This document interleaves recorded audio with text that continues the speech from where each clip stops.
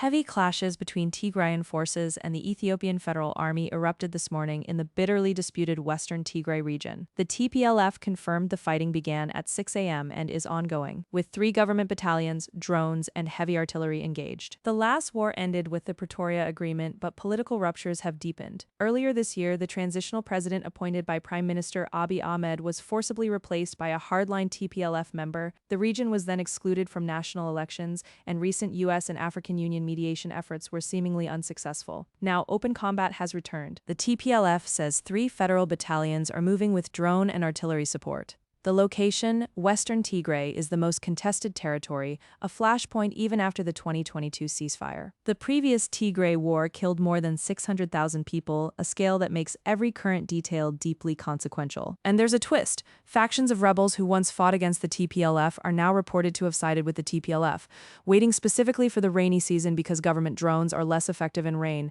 That rainy season has just begun. Neither the TPLF nor the Ethiopian army has claimed responsibility for starting the clash. The TPLF has confirmed the fighting and offered tactical details, while the federal government remains silent. That silence, alongside heavy weapons fire, shrinks the path to de-escalation. The TPLF's current leader is a hardliner who ousted Abiy Ahmed's appointee, while Abiy himself faces a conflict he had sought to end. Getachew Reda, the former TPLF spokesperson who signed the Pretoria deal, is now an advisor to the Prime Minister, a measure of how tangled the allegiances have become. The TPLF has announced a press conference later today. The Ethiopian government has so far said nothing.